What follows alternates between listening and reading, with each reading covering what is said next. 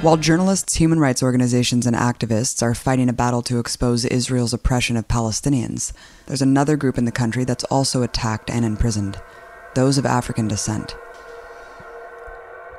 A major rationale given for the existence of Israel is that it serves as a refuge for those who face the horrors of the Holocaust, part of making sure the words "never again" hold true. So it might come as a surprise to some that Israel is building prison camps for and legislating laws against people fleeing genocide today.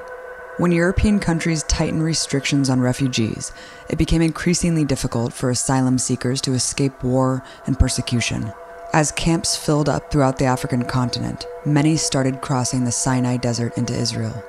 Today, there are about 45,000 African refugees inside Israel's borders, less than 0.5% of its population.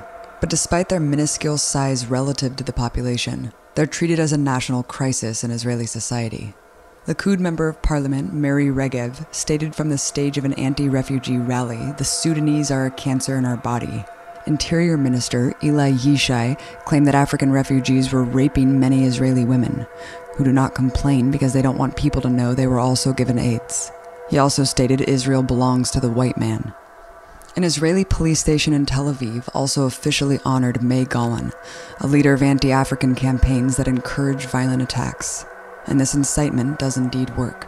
Just in November 2016, an innocent Sudanese man was beaten to death while walking home from work.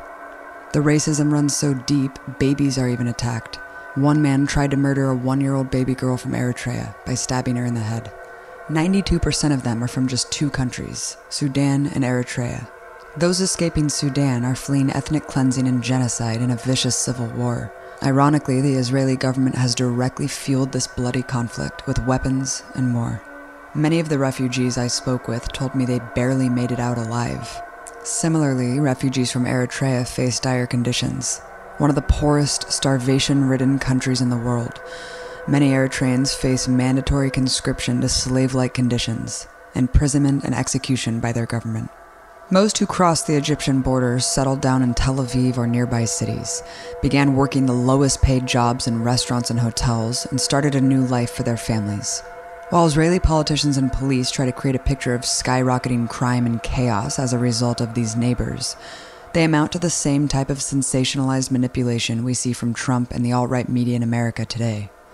In fact, a report by Israeli Parliament's own research center revealed that African refugees are dramatically less likely to be involved in crime than Israeli citizens. Where African refugees are most concentrated, they account for less than 1% of reported crime. But the campaign of vitriol against them is fierce. Netanyahu even made it clear that African refugees pose a threat to the demographic of Israel as a white Jewish state. Israel is a small country, and we do not have the geographic and demographic depths to absorb them. We will not allow Israel to be flooded with illegal migrants and terrorists. With so many politicians openly calling to expel these so-called infiltrators and whipping up xenophobic hatred against refugees, we went to an anti-refugee rally in Tel Aviv, where demonstrators burned an effigy of the mayor for allowing the children of refugees into local schools. And I'm a member of the Labour Party, and I consider myself left-wing. And I support this struggle because I think it's fair and it's just. They've come here with their practices and with their multitude of problems, and this cannot coexist. They must be removed en masse from here. What are you doing? I'm here, traveling around. You present somebody? Huh? You cannot get inside. What does that sign? What does that mean? It says kids are no permission to bypass a non-permitted way of staying. It's not, kids are not visa. So you want them to just stop breeding, yeah? This is not what I'm saying. If you stay inside the country, not in a rightful way, kids are not meant to bypass that. This is what we're saying. But doesn't use a condom mean literally stop having sex? Like stop giving birth? I don't talk about condoms. I'm saying you do not holding a child with a sign that says use a condom. And their lives have become actually a hell. Why is that? Because of all the illegal immigrants. What are they doing to make your lives hell? Crime, noise. Been smuggled through the border and trying to get a better job. Well, and then they're saying that they are refugee. They are law defined as refugee. Do you think that, but I mean, isn't Eritrea like one of the worst countries for human rights in the world? Actually, Eritrea is a beautiful country. It is? Yeah. I came here to support their struggle. To support the struggle Against the Eritrea, the struggle against the Eritrea, to take them back home to Mother Africa. Why do they have to make our life so miserable? We have enough problems with Arabs and These struggles against those people, it's not about racism or it's not about hateness. It's just about that it's not their home. They should to go to any country in Africa. it's not racism because I don't see them as inferior to me. Racism is when I see someone inferior. I don't see them inferior, but I see them as criminals. And these infiltrators are filthy, and they bring us only trouble. So what have they done? Tell me about what they've done to you. You said that they... I've never passed any violence by them, but I especially train on self-defense. I hit boards, trees.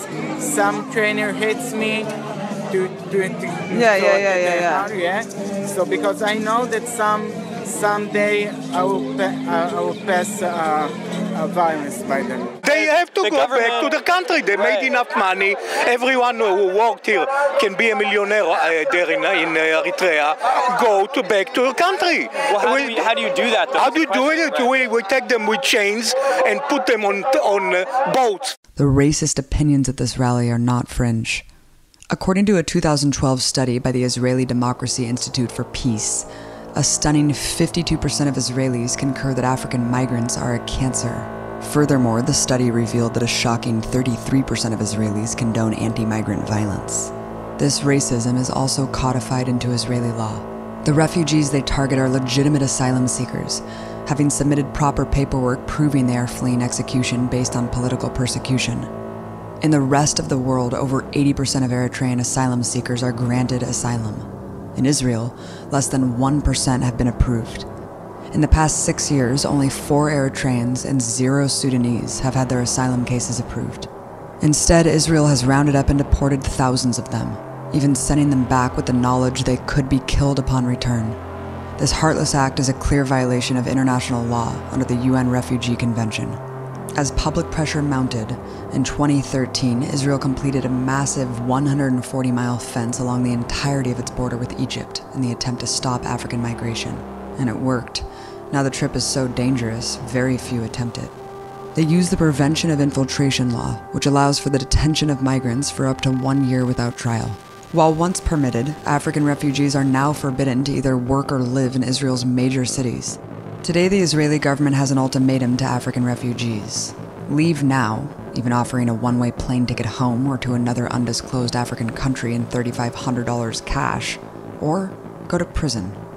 With most choosing Israeli prison over certain death after deportation, Israel has built a massive prison camp in the middle of the Negev desert. I visited what even some Israeli officials have called a concentration camp on the outskirts of Israel, in the middle of the blazing desert. On one side, the Holot camp, where African asylum seekers are sent after being rounded up in Israel's cities. The camp houses over 2,000 people at a time and sentences them to 1-year intervals in inhumane conditions. Men only are rounded up to be detained in these centers. They're separated from their spouses and children. Across the street is Saharan prison, where they're sent if they violate curfew or refuse to self-deport upon release. While not technically incarcerated at Holot, they are restricted to this tightly packed camp. It is the largest prison of its kind in any industrialized nation.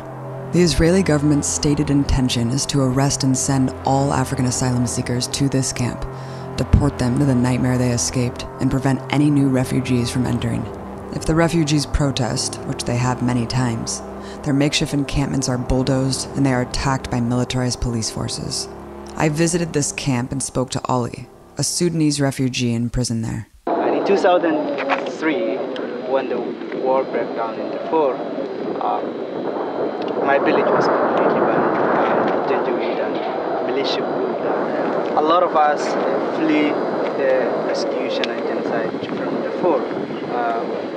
As one of the victims that I escaped from Darfur, I make my way to Southern Sudan first. And I stayed for a couple of years there. Then been there until 2011 after Southern Sudan became new state from Sudan as an independent nation. There's a lot of problems there. I was like attending university, and then my university was, completely shift from Southern Sudan to north. And as an active from Darfur, I was persecuted, put in prison for long times. If I were there, I would be in prison for life. That's why I also escaped from Khartoum to Egypt. Sudanese government and Egyptian, they working in corporate to get these people back to Sudan. Immediately you will be in prison. Some of us chose to come to Israel, not meaning that we wanted to stay, but we are escaping for our life. We saw that Israel is one place that we can survive as the country that experienced the genocide history. Unfortunately, that wasn't good sort. I arrived in late 2011 in Israel. I've been in this prison, which is a Zahronim prison, for a month. Why were you in prison? You were a refugee. Unfortunately, yes, but that wasn't the idea of Israeli people. Yeah. That's the only idea that we know why we are coming. But they didn't give us the time to tell them that we are refugee, we are asylum seekers, we are seeking asylum for our life. We've been in prison. Today is also we're still in prison. I mean, they think that we are infiltrators or migrant workers.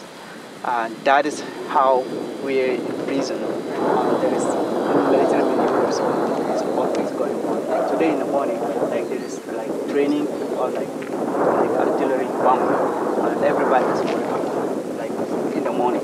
Nobody's going to sleep sometimes. It's really hard. Hard for someone who just escaped an insane war zone. What did you feel when you got that paper saying you were moving here? First they said like you have to be in Holot in like indefinite time. So everybody came to prison. First people they attend here, they stayed more than 2 years. Yeah, because the time like they said you are going to be in Holot indefinite, or you have to sign voluntarily to leave the country.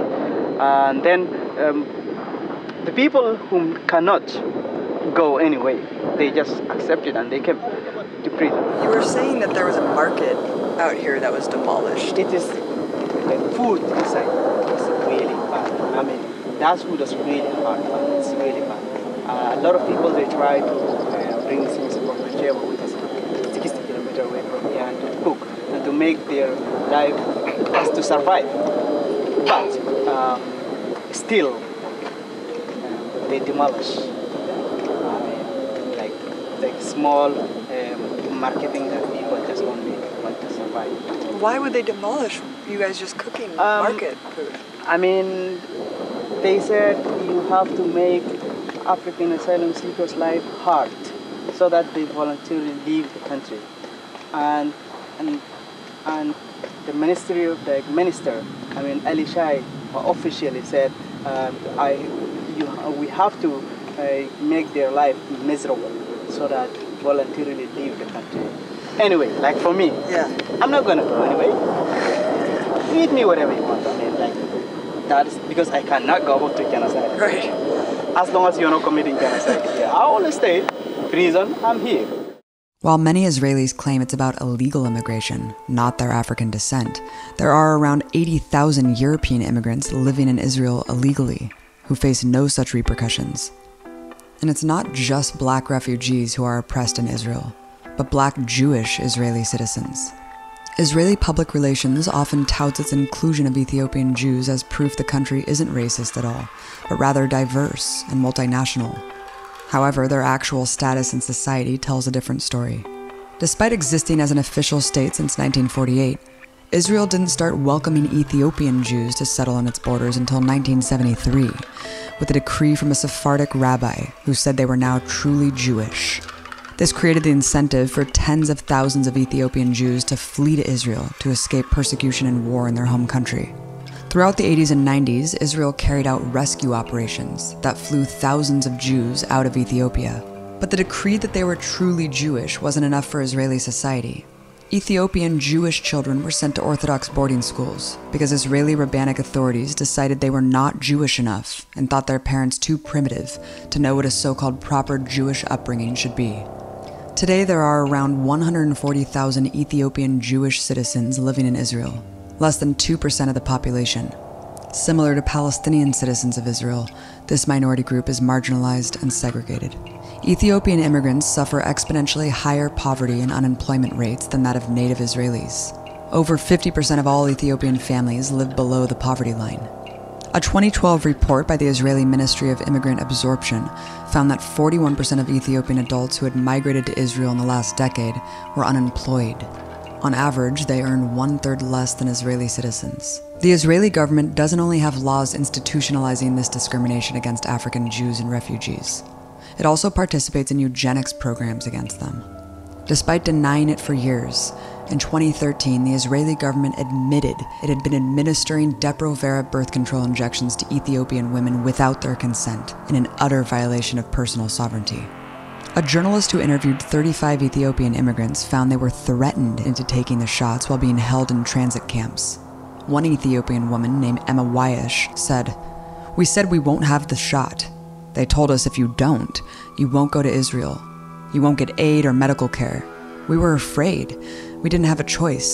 So we accepted the injection. It was only with their permission that we were allowed to leave." Some were even told unless they received the injection, they would be barred from the country forever. The birth rate among Israel's Ethiopian population dropped a stunning 50% from 2002 to 2012 as a result of this eugenics program. But that's not all. There are even gangs that exist to attack Israelis in interracial relationships. A very revealing poll found that only 25% of white Israelis would permit a child to marry an Ethiopian Jew. Even less would live in a majority Ethiopian neighborhood. Other than Palestinians, of course, Ethiopian Jews are the most vulnerable to police abuse and incarceration. They make up just 2% of the population, yet comprise over 20% of the youth prison population. In 2016, the Israeli police commissioner told the Israeli Bar Association that it was natural to suspect Ethiopian Jews of criminality. We were in Tel Aviv in the aftermath of the announcement and followed an impromptu rally in front of the police commissioner's house. One of the rally organizers was Tehune Maharat, whose cousin was murdered in a suspected hate crime by Israeli police. תרביצו להם, תעצרו אותם, תקללו אותם, תתייחסו להם בצורה הכי משפילה והכי גזענית שיש. למה? כי הם שחורים, כי הם נמצאים במקום הלא נכון, בזמן הלא נכון, וכמובן, הם כנראה גם בצבע הלא נכון מבחינתו. אנחנו נתקלים בחומה, באטימות של המשטרה, של מדיניות של הממשלה, של אפילו האזרחים, התושבים, השכנים שלי, האנשים שהם חלק ממני, שאיתם גדלתי, ורוב חיי אני חיה פה. זאת אומרת, אמנם לא נולדתי פה, אבל גדלתי פה והתחנכתי, ופתאום אתה מרגיש שזה לא הבית שלך, כי אנשים גורמים לך לחשוב ככה, כי אנשים מתייחסים אליך ככה.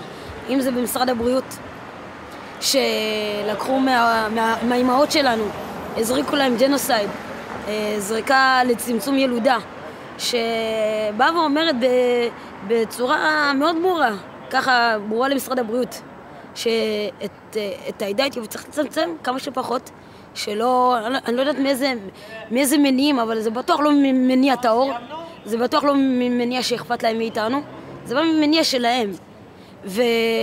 וזה, אני אפילו ארחיק לכת, זה מזכיר אפילו את תקופת השואה, שניסו לדלל שם את הילודה והקימו שם גטאות, כמו שאצלנו פה בארץ יש גטאות של אתיופים, שכונות, ערים שלמות, רק של אתיופים, שטח מסוים שרק אתיופים גרים שם, שמגיעים עולים חדשים, מעבירים אותם ישר לשם. למה? מאיזה סיבה? למה? למה להתייחס אלינו בצורה כזאת? למה כביכול לגדר אותנו? כאילו שאנחנו מצורעים, כאילו שאנחנו מזיקים, כאילו שיש לנו איזושהי, כאילו, קשה שלא לחשוב שזה הכל מצבע האור. ממניעים גזעניים, לא ממשהו אחר. אי אפשר להסביר את זה, זאת אומרת, גם העניין הזה של החינוך, שיש בתי ספר, כיתות שלמות, רק של אתיופים, למה? הרי המדינה הזאת דוגלת בשוויון, בצדק, ולערבב תרבויות, ובאמת לבנות איזושהי חברה משותפת מכל מיני קיבוץ גלויות, ובשטח, בפועל, זה לא קורה. יש בתי ספר שיש שם כיתות רק לאתיופים. יש גנים שיש הפרדה מוחלטת. גן של אתיופים וגן של לבנים. למה? יש אנשים שנולדו כאן, חבר'ה אתיופים שנולדו כאן, ועדיין משתייכים למרכז קליטה, למשרד העלייה. זאת אומרת, אנחנו נולדנו פה, אנחנו צברים, זה שלנו כמו שזה של אחרים. אז למה להתייחס אלינו כעולים? יש דברים שקשה, רק מי שחווה את זה יכול להבין. זה מציאות שחורה במדינה לבנה. ככה. בן אדם שחור יכול להבין מה בן אדם שחור אחר מבין. בן אדם לבן לא יכול להבין מה בן אדם שחור חווה. כי הוא לא שם. ולפעמים אנחנו מרגישים שזה רק שלנו. שהמאבק הזה הוא רק של שחורים, רק של אתיופים. וזה לא נכון, זה צריך להיות של כלל החברה הישראלית. כי החברה הישראלית בכללותה, במיוחד בדרגים הכי גבוהים שלה, היא חברה גזענית. היא חברה שהתפיסה שלה היא מאוד מאוד מושרשת ומאוד אפילו סמויה בכל מיני מובנים, אבל גזענית, אין מה לעשות. וחייבים להודות בזה. והאמירות האלה של המפכ"ל אתמול רק מוכיחות. Truly exemplifying the status of black Jews in Israel, our interview was interrupted by a white Israeli man who overheard and felt entitled to tell her she was wrong. אני אכנס. אתה לא תיכנס לרעיון הזה. אני אגיד לה בצורה ידידותית, כן? אני לא נגדך. חד ושלום, יש לי המון חברים, הדרכתי בסניף של עולים מאתיופיה. כולם אוהבים אתכם. אתה שחור? מה זה? אתה שחור? לא, אני הדרכתי. אתה לא שחור. אתה שחור, אתה יכול להגיד מה אני מרגישה, אתה לא יכול להגיד. אני הדרכתי. אז אתה טועה, אדוני. יש כל כך הרבה תחומים שבהם הקהילה פוגשת בגזענות. כמו שציינתי, משרד הבריאות, אם זה הזרקות של הג'נוסייד, אבל יש גם את זה שאנחנו מתרימים דם וזורקים לנו את הדם. הדם שלנו לא שווה. וזה קורה כבר למעלה מ-20 שנה, שהדם שלנו, כל פעם שאנחנו תורמים, הדם שלנו נזרק לפח. פשוט ככה. למה? כי כנראה הדם שלנו לא טוב. הדם שלנו שונה מאחרים, שונה מהגזע הלבן. אבל הוא כנראה גם רק טוב במלחמות. כי לצבא אנחנו טובים, אנחנו פייטרים, אנחנו הראשונים להיכנס לקרב. אבל לתרום את הדם שלנו זה לא טוב, זה לפח, אנחנו לא שווים. אנחנו שווים פחות לא יודעת, כאילו, לפעמים קשה לי לקבל את זה, אבל זו המציאות.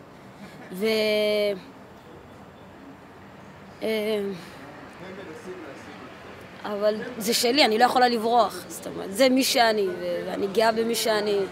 זה שלי, ומה שיש פה זה שלי, ואף אחד לא יכול לקחת לי את זה.